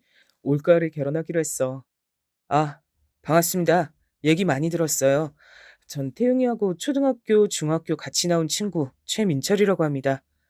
야, 민철아, 우리 땐 국민학교였잖아. 우리 다 국민학생이었어. 초등학교로 명칭 바뀐 지 그렇게 얼마 안 되었다, 짜샤. 제가 넉살 좋게 말하자 최민철이 답지 않게 시익하고 환한 미소를 지어 보였어요. 그러면서 눈빛은 제 아내를 향해 있었습니다. 아내 또한 즐거운 미소를 짓고 있었죠. 전 제가 결혼할 사람과 제 절친한 친구가 서로 좋게 인사를 나눈 그 자리가 무척이나 마음에 들었다고 그렇게 생각했었습니다. 그해 가을에 저는 많은 축하를 받으며 아내와 결혼식을 올렸죠. 단출한 예식장이었으나 하객들로 가득 차 있었습니다. 최민철이 아주 근사한 정장을 빼입고 와서 다른 친구 녀석들이 네가 새 신랑인 줄 알겠다며 농담조로 얘기했단 사실을 저는 알았습니다. 유복한 집안 환경과는 다르게 검소하게 하고 다니는 최민철이 제 결혼식 참석을 위해 멋지게 빼입고 왔단 사실이 뿌듯했고 한편으론 감동이기도 했었네요. 첫째가 금방 들어서서 이듬해 봄에 아이가 태어났어요. 그리고 얼마 지나지 않아 둘째도 태어났습니다. 둘 다 아들이었고 그래서 제 부모님께서 무척 좋아하셨어요. 한 가정의 가장이 된 것이 저는 가끔 실감이 나지 않았습니다. 생각보다 이른 나이에 결혼을 해서 그랬나 보더라고요. 저보다 1살이 어린 아내도 비슷하게 느꼈던 걸지 모릅니다. 내가 왜 이러고 살아야 돼? 애들도 내가 다 봐야 되고 집안일도 내가 다 해야 되고 심지어 나는 일까지 다니잖아. 그럼 대체 당신이 하는 건 뭐야? 나는 당신보다 일을 밖에서 더 오래 하고 그만큼 돈도 더 많이 벌잖아. 제발. 그런 식으로 짜증내는 것 좀 그만해라. 듣는 사람이 얼마나 진이 빠지는 줄 알아? 짜증내는 것도 어디 한두 번이어야지 매일같이 들으니까 화병으로 돌아가실 것 같아. 화병이라 그랬어? 진짜로 화병 걸린 게 누군데? 왜 갑자기 그렇다고 소리를 질러? 애들 자잖아. 애들 곤히 자는데 당신은 소리 지르고 싶어? 집이 작으니까 그런 거야. 집만 컸어 봐. 이 정도 소리 지른 것 가지고 애들이 자다가 듣고 깰까 봐서 걱정은 안 했을 거야. 우리는 대체 언제 아파트로 이사 가? 우리 평생에 아파트라는 게 있을까? 아내의 짜증 그리고 불만은 점점 더 저를 숨막히게 만들었습니다. 또한 저는 아내와 있으면 자괴감이 들었어요. 세상에서 가장 못난 남자가 되는 것만 같았습니다. 심지어 아내는 본인의 기분이 안 좋을 때 그것을 아이들에게 풀어서 절 경악시켰습니다. 제가 목격한 것만 해도 벌써 수차례가 됐을 때 전 진지하게 이혼을 고려하기 시작했어요. 이런 고민과 고충을 제가 회사 사람들과 나눌 것은 아니었기에 당연히 제 가까운 친구들과 나눴습니다. 특히 저와 잘 통하는 최민철에게 말입니다. 이혼이 좋은 글씨라 여겨진 것도 옛날 일이야. 이젠 남자뿐만 아니라 여자도 이혼이 절대 흠잡힐 과거가 아닌 세상이 되고 있잖아. 애들 생각해서라도 난 두 사람이 이혼하는 거 아주 괜찮다고 봐. 애들을 최우선으로 위해야지. 부모가 싸우고 사이 안 좋은 것만 보고 자란 애들이 얼마나 정서적으로 불안하겠어. 저도 제 자식들이 걱정이었습니다. 점차 자기 엄마를 무서워하고 눈치를 보고 제가 집에 오면 안심이 된다는 표정을 짓는 제 자식들을 보며 가슴이 무너져 내렸습니다. 더군다나 제 부모님과 아내가 몇 번 크게 싸우기까지 했어요. 더 이상은 부부관계를 유지하기 힘들다는 판단이 섰고 아내와 결국 갈라서게 됐습니다. 처가 식구들도 이혼을 반겼으며 두 아들은 제가 키운다 그랬더니 그것만은 아쉬워하는 눈치였죠. 아내는 자기 자식들을 뒤로한 채 살았습니다. 왜냐면 이혼한 후로 전혀 왕래가 없었기 때문입니다. 아이들은 엄마가 우리를 찾지 않는다고 생각하며 우울해했고 한편으론 그럴 거라 예상했단 반응을 보여 제 마음을 아프게 만들었어요. 이혼한 아내가 제 연락을 철저히 피하는 것인지 도통 연락이 안 돼서 간신히 처가 식구들을 통해 아주 가끔씩 아이들의 소식을 전하는 게 전부였습니다. 그렇게 시간이 좀 더 흘렀는데 두 아들이 다 학교를 다니면서부터 제가 생각이 많아졌죠. 제 부모님은 저에게 재혼을 하라고 하셨으나 저는 자식들이 우선이었기에 혹시라도 제 자식들이 불편해하는 상황이 벌어질까봐 재혼이 망설여졌어요. 그러다가 용기를 내서 이혼한 아내를 찾아갔습니다. 애들 문제를 같이 상의하고 싶었고 만약에 가능하다면 재결합이라는 것도 염두에 두고 있었어요. 하지만 어렵사리 찾아간 처가에서 저는 청천벽력 같은 비보를 접했습니다. 네? 그게 무슨 말씀이십니까? 장모님, 애들 엄마가 죽었다니요. 이미 이 세상 사람이 아닌 지가 오래라뇨. 이복의 권서방, 부끄러운 얘기지만 우리 딸은 새로 사귄 남자친구와 잘 지냈고 그날도 데이트하러 나갔다가 불의의 사고를 당해서 명을 달리했어. 죽기 전에 간신히 유언을 남겼는데 절대로 자네하고 애들한텐 비밀로 해달라고 했지. 화장을 해서 우리 딸이 좋아하는 남해 바다에 보내줬으니 자유롭게 바닷바람 타고 여행 중일 거야. 장모님의 말씀을 들으며 전 충격 속에 휘청거렸습니다. 이미 죽은 사람이었다니 믿어지지가 않았어요. 장모님을 비롯한 처가 식구들은 모두 입을 모아 저에게 절 보는 것이 괴로우니까 앞으로 나타나지 말아달라 그랬습니다. 다만 애들 소식만은 1년에 2번 정도 전해달라고 부탁을 남겼어요. 거절할 도리가 없어서 그저 알겠다고 했습니다. 애들에겐 엄마가 아주 멀리 여행을 갔다고 전했는데요. 시간이 지나면서 애들이 자연스럽게 그 의미를 알게 되더라고요. 그게 너무 슬펐습니다. 더욱 꿋꿋하게 두 아들을 부족함 없이 키워내리라 다짐했어요. 열심히 일상을 살아나갔습니다. 힘들고 지치는 날들이 많았으나 가끔씩 오래된 친구들을 만나며 부딪히는 술잔 속에서 시름도 함께 날려버리곤 했죠. 친구 녀석들은 다 여전했습니다. 그리고 저희끼리 놀라면서 실망하면서 동시에 수긍을 했던 것 한 가진 최민철이 저희 몰래 결혼을 했단 사실이었습니다. 아무에게도 알리지 않고 슬그머니 결혼을 해서 가정을 꾸렸더라고요. 부끄럽고 멋쩍어서 비밀 결혼식을 올렸다는 최민철의 변명은 그 녀석 나와서 왠지 그 앞에 대고 진지하게 화를 내기도 어려웠답니다. 최민철이 결혼한 여자가 어디 사는 누구인지 어떻게 생겼는지 아무도 정확히 몰랐어요. 하지만 아주 가끔씩 만나서 대화를 나눌 때면 결혼 생활에 만족하는 듯한 모습을 보였기에 전 최민철이 잘 살고 있다는 확신을 가지고 있었답니다. 다행이라고 생각했죠. 저희의 우정은 변함없었어요. 그렇게 세월이 흐르고 또 흐른 어느 날이었습니다. 전화가 걸려왔는데 이상하게 받기 전부터 느낌이 싸하더라고요. 야, 태용아, 큰일 났다. 아, 이게 대체 뭔 일인가 싶다. 놀라지 말고 들어라. 네가 너무 놀란 것 같아서 그것 때문에 놀랄 지경이다. 대체 뭔 일이길래 갑자기 전화질이야? 그것도 이런 시간에. 내가 좀 아까 아는 사람한테 연락을 받았는데 말이야. 자기 지인이 교통사고로 죽어서 장례식장 갔는데 주변에서 이런저런 얘기가 들려오더라네. 그러면서 죽은 지인이 옛날에 살았던 곳, 나왔다던 학교 그런 얘기를 들었는데 갑자기 내가 떠오르더래. 그러면서 나한테 궁금해진 게 있어서 연락을 했다고 하면서 나보고 혹시 최민철을 아냐고 묻는 거야. 뭐라고? 야, 임마, 너 지금 뭐라 그런 거야? 최민철이라니. 우리가 아는 그 최민철을 말하는 거야? 그렇다면 설마. 그래. 혹시나 해서 내가 사진 받아봤는데 맞더라. 태용아, 이거 어떡하냐?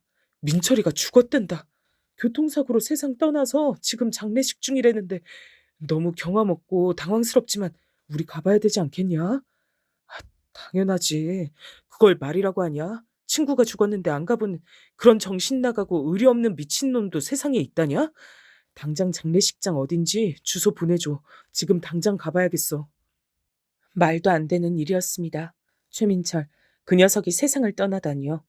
교통사고로 갑자기 죽었단 얘기에 너무나도 허무한 기분이 들었고 워낙 정신이 없는 상황이라 오랜 친구인 저한테까지 연락이 돌지 못한 모양이었습니다. 그때는 그렇게밖엔 생각이 안 됐습니다. 부랴부랴 옷을 갈아입고 장례식장으로 향했습니다. 늦은 밤중이라 길도 안 막혔고 전 착착한 마음을 담아 엑셀을 거세게 밟았습니다. 순식간에 도착해버린 장례식장은 최민철이 산다는 지역에 있었습니다. 생각해보니까 최민철이 제가 사는 곳으로 종종 놀러와서 만났었지 제가 가본 기억은 없었습니다. 단 한 번도 말입니다. 그런 것마저 최민철이란 사람이 지닌 특색이었습니다. 쉽게 보이는 것 같으면서도 어딘가 오리무중인 사람이었어요. 마치 안개 속에 들이운 햇빛 같은 사람이었다고 생각합니다. 분명한 햇빛, 그러나 내리쬐는 곳은 안개 속이었던 거죠. 이렇게 갑자기 허망하게 떠나다니. 기가 막히면서도 호련히 떠나버린 게 정말 너답다는 생각이 들어서 씁쓸한 미소가 지어진다, 민철아. 너 정말 떠난 거냐? 왜 갑자기 우리가 처음 만났던 네가 전하고 오던 그날이 생생하게 떠오르는지 모르겠다.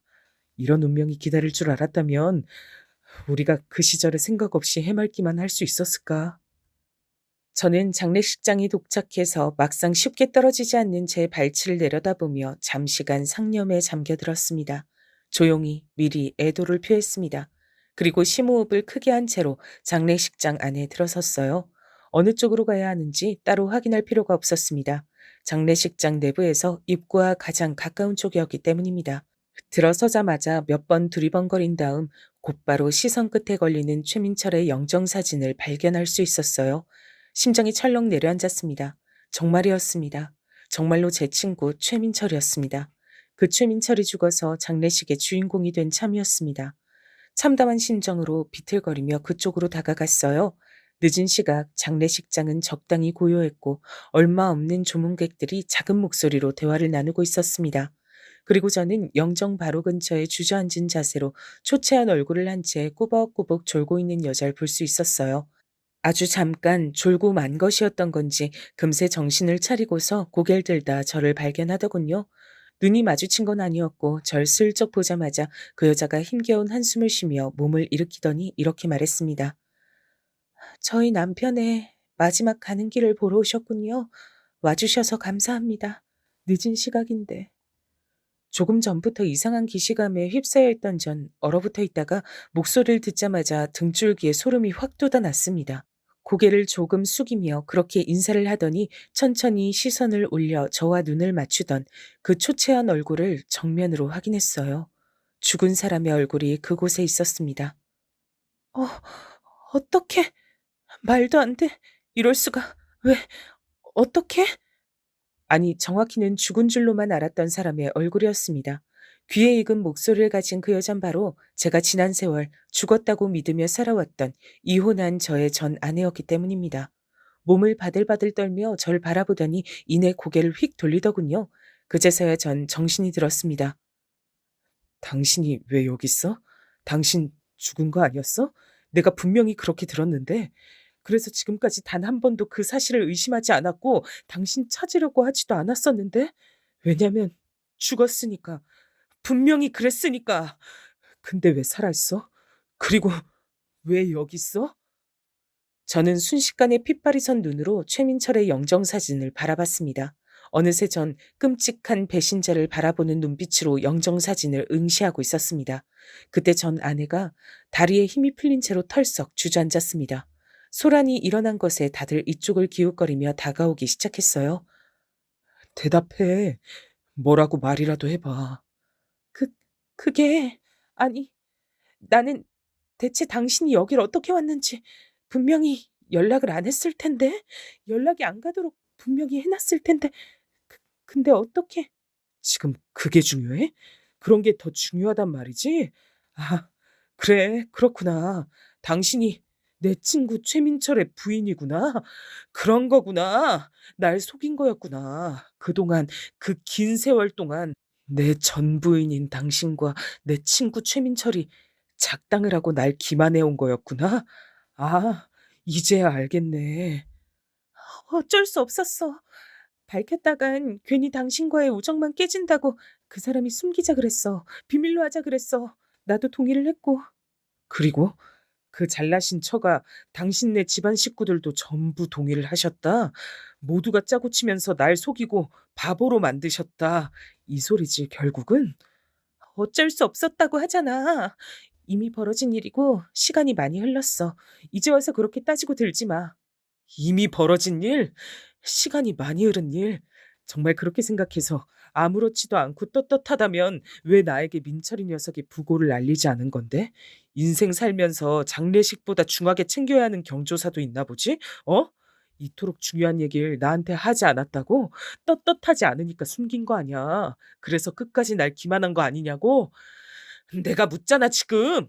맞아. 당신 말대로 그래. 떳떳하지 못했어. 근데 뭐? 어쩔 건데. 그래서 당신이 지금에 와서 뭘 어쩔 건데. 뭘 할 수 있는데? 제 자식들의 엄마이자 전 아내였던 여자가 악에 받쳐 소리를 질렀습니다. 한때 부부로 살아본 제가 확신할 수 있었던 건 그 순간에 그 여자가 사실은 두려움과 당혹스러움에 질려 있다는 사실이었습니다. 정말로 떳떳하지 못했고 절 장례식장에서 마주칠 줄은 꿈에서조차 상상한 적 없단 증거이기도 했습니다. 꼬리가 길면 밟히는 법인데도 말입니다. 대단하다 싶었네요. 다들 웅성웅성거리는 중이었고 그때 몰려든 사람들 사이로 얼굴을 들이민 녀석들이 있었습니다. 제 오랜 친구들이었죠. 뭐야, 대체 뭔 일이길래 이러고 있어? 야, 태용아, 권태용, 우리 왔다 임마. 민철이 장례식장에서 이게 뭔 소란인지 네가 얼른 우리한테 설명 좀 해줘라. 어, 어라? 잠깐만, 저기 누구야? 내가 지금 정신이 없어서 헛걸보나? 저에게 상황 설명을 요구하던 친구 녀석이 눈을 비비기 시작했습니다. 그도 그럴 것이 최민철의 장례식장인데 죽었다고 알고 있는 저의 전 아내가 보였으니까요. 눈을 의심할 수밖에 없었던 거죠. 이내 녀석들은 경악에 차서 저와 전 아내를 번갈아 쳐다봤습니다. 제가 딱 한마디 해줬죠. 지금 머릿속에서 떠올린 그 최악의 가정이 맞아. 너희들이 생각한 최악의 시나리오. 그게 바로 지금 이 상황이야. 친구 녀석들은 난리가 났죠. 미친 거 아니냐면서 세상 천지에 어떻게 이런 일이 다 있냐면서 전 아내를 향해 비난을 쏟아냈습니다. 최민철이 훨씬 더 잘 살아서 돈을 쫓아 그런 거냐며 직설적인 비난도 튀어나왔고요. 더 나은 남자, 더 마음에 드는 남자를 따라간 게 그렇게 큰 대역죄라도 되나요? 다들 너무들 하시네요. 어쨌든 이곳은 죽은 사람 애도하고 경건하게 보내기 위한 곳이에요. 잘잘못을 따지는 자리가 아니라고요. 전 아내가 그렇게 외쳤을 때 전 더 이상 참지 못하고 최민철의 영정 사진을 집어다가 그대로 바닥에 내리꽂았습니다. 전 아내가 비명을 질러댔고 다들 난리가 났어요. 바로 그때 최민철의 모친께서 오셨습니다. 댁에 다녀온 건지 쇼핑백을 들고 계셨죠. 그리고 반대편 손엔 누군가의 손을 쥐고 계셨고요. 최민철의 모친과 손을 잡고 함께 온 사람은 놀란 얼굴로 떨리는 목소리를 냈습니다. 어, 엄마, 이게 무슨 상황이에요? 저분은 누구세요? 우리 아빠 조문하러 오신 분 아니에요? 근데 이게 뭐 어떻게 된 일이에요? 우리 아빠 영정사진은 왜 내팽개치신 건데요? 그 사람은 바로 전 아내와 최민철 사이에서 난 딸이었습니다. 놀라서 떨리는 자기 딸의 목소리를 들은 전 아내가 입술을 꽉 깨무는 게 보였습니다. 전 당장 최민철의 모친을 향해 인사를 드렸습니다. 어머니, 안녕하십니까? 이렇게 뵙게 돼서 참으로 유감입니다. 민철이 녀석 가는 길 보러 온 저는 권태용입니다. 저를 기억하시죠? 어릴 적에도 2번 뵌 적이 있었고 아마 민철이 통해 제 얘기 들으신 적이 있긴 하셨을 것 같은데요. 아, 그래요. 알 것 같아요.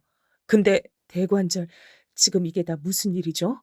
이 늙은이는 자식 앞세운 것만으로도 지금 미칠 지경이고 간신히 기운 차리고 있는 거라서 여기서 더 신경 쓰는 일이 생기고 싶지 않으니 어서 빨리 무슨 상황인지 얘기를 듣고 싶은데요.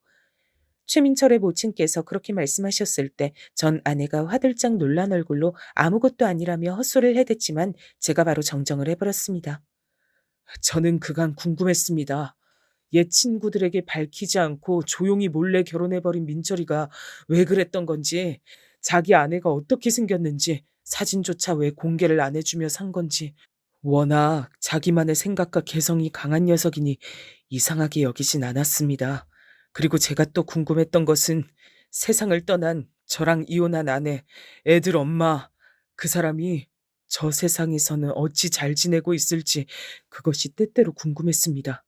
근데 오늘 이렇게 이 자리에서 한꺼번에 모든 궁금증을 풀게 된 겁니다. 잠시만요. 그게 무슨 말이죠? 그렇다면 내 아들이, 우리 민철이가 그쪽과 이혼한 사람과 결혼을 했단 거예요? 내 며느리가 그쪽의 아내였다고요? 믿기 힘드신 모양인데 애석하게도 그게 사실입니다. 전 그동안 지난 세월 동안 저희 애들 엄마가 죽은 줄로만 알고 살았습니다. 처가 식구들이 그렇게 한 목소리를 냈었기에 의심조차 한 적이 없었죠. 민철이는 아주 가끔씩 절 만났습니다. 함께 소주를 기울였고 사는 얘기를 나눴습니다. 각자의 자식 얘기도 허심탄회하게 나눴고요. 그러는 동안 저는 민철이가 저와 이혼한 저의 자식들을 낳은 여자와 결혼해서 살림 차렸다는 사실을 전혀 몰랐고요. 당연하게도 민철이는 제가 저 여자와 결혼할 때도 축하를 해주러 결혼식장에 왔었고요. 그때 단체 사진도 같이 찍었었습니다. 제가 거기까지 말씀드렸을 때 최민철의 모친께선 다리에 힘이 풀려 바닥에 스르르 주저앉으셨습니다. 전 아내가 최민철과의 사이에서 낳은 딸은 이 모든 사실을 받아들이기 힘든지 멍한 표정만 짓고 있었어요. 아니, 나는 우선 다른 것보다도 죽었다고 거짓말을 했다는 게 그게 너무 이상하고 끔찍하고 어떻게 그럴 수가 있었나 싶고. 최민철의 모친께선 넋이 나가신 채로 중얼거리셨는데 눈빛에는 경악과 경멸을 담아서 전 아내를 쳐다보고 계셨습니다. 전 아내는 계속해서 고개를 저으며 일부러 그런 건 아니었으며 잘못하지 않았다고 결백을 주장해댔습니다. 저는 진짜 사랑을 찾아서 재혼을 했을 뿐이에요. 어머님, 믿어주세요. 진짜 사랑. 그래, 그렇다고 쳐. 하지만 사람을 기만하고 바보 만든 거, 그건 어떻게 해명할 건데? 그리고 당신이 낳은 아들들은 나는 속이고 기만하고 농락할 수 있었어도 자기 자식들한텐 그러지 말았어야지. 전 아내에게 다른 자식들이 있다는 얘기를 들은 최민철의 모친께선 현기증을 일으키셨고 신음하며 괴로운 숨결을 토하셨습니다. 옆에선 최민철의 딸은 모든 전말을 이해하고서 충격에 빠진 채로 그저 전 아내만 쳐다보고 있었어요. 전 아내는 눈물을 뚝뚝 흘리며 그제서야 가장 본심에 가까운 고백을 꺼내들었습니다. 날 행복하게 해줄 자신 있다 그랬어. 권태용하고 이제 그만 살고 자기하고 최민철하고 같이 살아달라고. 나한테 적극적으로 마음을 보여준 사람이었어. 그래서 당신하고 이혼했던 거야. 두 사람이 부부였다는 충격적인 사실을 알게 된 직후부터 왠지 모르게 그런 예감이 들더니 역시나였습니다. 어쩌다가 눈이 맞아서 결혼까지 하게 됐던 게 아니라 저와의 이혼 이전부터 작정을 한 것이었기 때문에 계속해서 떳떳하지가 못했던 겁니다. 최민철이 제 등에다가 그런 비수를 꽂았다니 배신감으로 눈물이 흘렀습니다. 그런데 친정 식구들이 재혼은 적극 찬성이지만 비난받을까봐 걱정이라고, 당신이 회방 놓을까봐 그것도 걱정된다고, 차라리 내가 죽었다고 당신한테 거짓말을 하겠다고 그러더라. 나는 설마 그런 게 통할까 싶어서 반대했는데 이미 친정 식구들이 당신한테 거짓말한 뒤였어. 그리고 민철 오빠도 그 거짓말에 동의를 했어. 그래야 당신과의 우정을 깨지 않고 지낼 수 있다면서. 우리는 나름 노력한 거야. 당신에게 딱히 큰 죄를 지었다고 생각하지 않아. 이미 어쩔 수 없어진 일이었으니까. 이미 우정은 애저녁에 깨진 거였는데 그런 소리를 짓거렸다고? 어처구니가 없다. 큰 죄를 지었다고 생각하지 않는다니. 글쎄, 그렇게 못된 마음을 먹었으니까 알아서 하늘이 단죄를 내려줬구나 싶네. 제가 최민철의 영정 사진을 발로 차면서 그렇게 말했을 때 전 아내는 완전히 얼어붙은 모습이 됐습니다. 하늘의 단죄. 그 말에 압도를 당한 듯 했습니다. 하늘의 단죄라니. 그런 엄청난 소리를 아무렇지도 않게. 진짜로 엄청난 건 당신이고 최민철이겠지. 그동안 처가 통해서 은근하게 아들들 소식 알았겠네. 앞으로는 내 자식들의 안부를 전달받을 생각조차 하지 마. 당신 자식들 아니고 내 자식들이니까. 연병한 옛 친구, 연병할 전 부인, 연병할 옛 처가 전부 다 나한텐 아무것도 없었던 거야. 처음부터 난 이제 그렇게 생각하고 살 거야. 저는 비통한 심정으로 신음하고 계시는 최민철의 모친을 스쳐가며 짧게 목례를 남겼습니다. 그리고 친구 녀석들과 함께 그곳을 빠져나왔습니다. 전 아내가 크게 오열하는 소리가 마지막으로 들렸던 것도 같네요. 새벽 늦게까지 하는 포장마차를 찾아서 술을 마셨어요. 애초에 우리 삼총사였단 사실을 상기하며 인생에서 가장 쓰고 가장 달았던 술을 셋이서 진탕 마셨습니다. 자연스레 옛날 얘기를 나누게 되더군요. 저는 친구 녀석들에게 사실은 옛날 그때에 제가 최민철과 몰래 둘이서 절친이 됐었음을 털어놨는데 이미 두 녀석 다 그걸 알고 있었더라고요. 그걸 몰랐겠냐면서 둘이 크게 웃었는데 이상하게 저는 눈물이 날 것만 같았습니다. 그리고 이내 셋 다 한참이나 침묵을 지켰습니다. 그때 내가 알았던 내 절친한 친구 최민철은 어디로 갔던 걸까? 왜 변했던 걸까? 그저 친구보단 여자였고 우정보단 사랑인 녀석이었다고 그렇게 생각하면 그만인 걸까? 그날 이후 며칠이 흘렀고 전 최민철의 모친으로부터 연락을 받았습니다. 미안한 마음을 담아 저에게 약소하지만 성의 표시를 하고 싶다고 하셨어요. 전 단박에 거절했습니다. 조금도 전혀 받고 싶은 마음이 들지 않았기 때문입니다. 그러자 최민철의 모친께선 그러냐고 하시며 알겠다고 하시더니 저의 전 아내이자 최민철의 아내였던 그 여자를 평생 안 보고 사시기로 결정했다는 뜻을 저에게 알려주셨습니다. 그 말씀엔 제가 깜짝 놀라고 말았죠.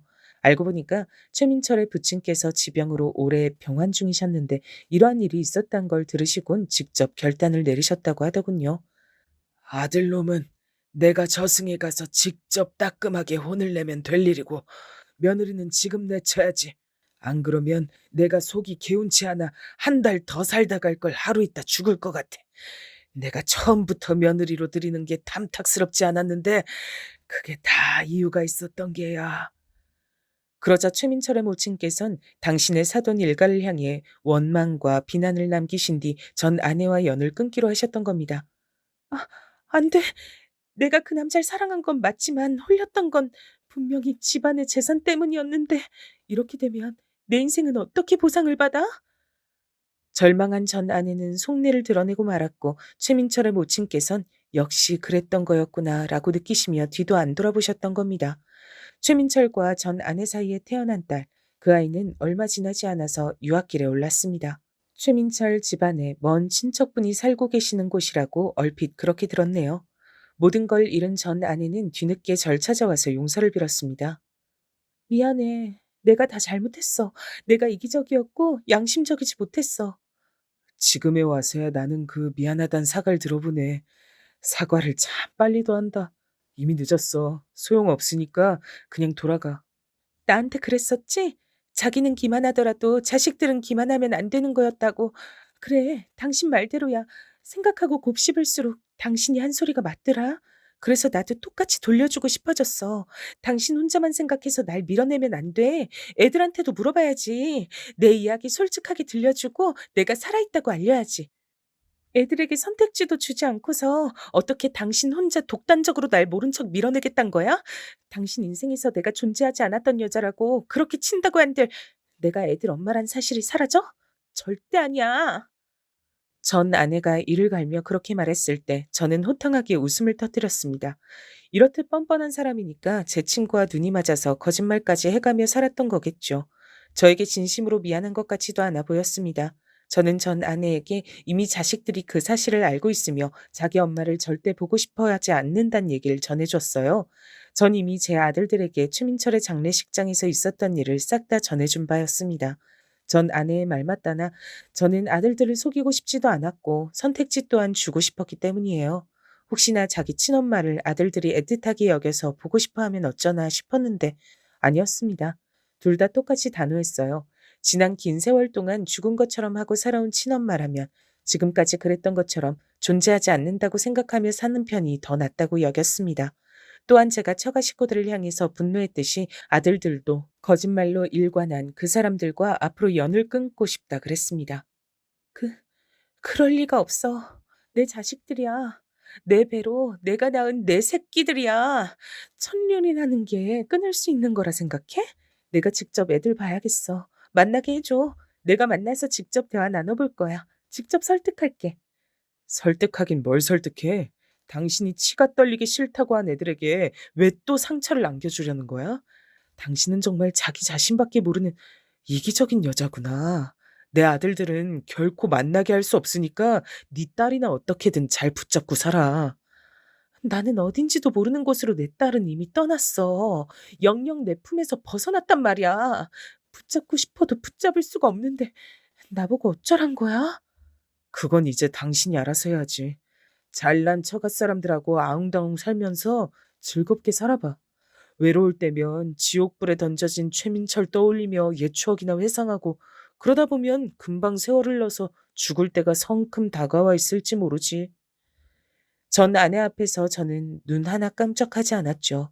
제 친구 최민철은 어릴 적 기억 속에서 이미 죽은 것이고 제 전 아내는 죽었다는 소식을 들었던 그때에 정말로 죽어서 영영 사라진 것이라고 그렇게 여겼습니다. 그러니 흔들릴 이유가 없었죠. 전 아내는 바닥에 주저앉아 통곡을 해대기 시작했고 전 냉정하게 그 앞을 떠났습니다. 얼마 후엔 이사를 갔어요. 전 아내가 절 찾아왔던 건 분명히 처가 쪽에서 알려준 것이었으니 이사를 가는 게 상책이었습니다. 그리고 놀라울 정도로 이사를 간 곳에서 모든 것이 잘 풀리기 시작했어요. 수입도 훨씬 늘었고 사랑하는 두 아들과의 유대감도 무척이나 끈끈해졌습니다. 후련한 가슴을 안고 살아갈 수 있었어요.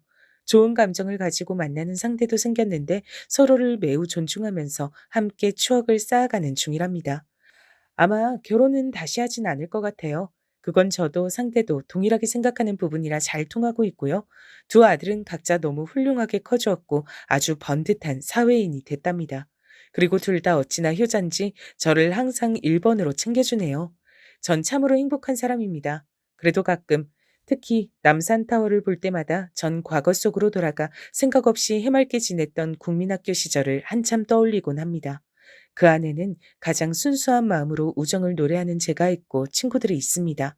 현재와 과거, 모든 것이 다 똑같이 제 인생이란 것이 믿어지지 않을 만큼의 그런 간극이 존재한다는 생각이 듭니다.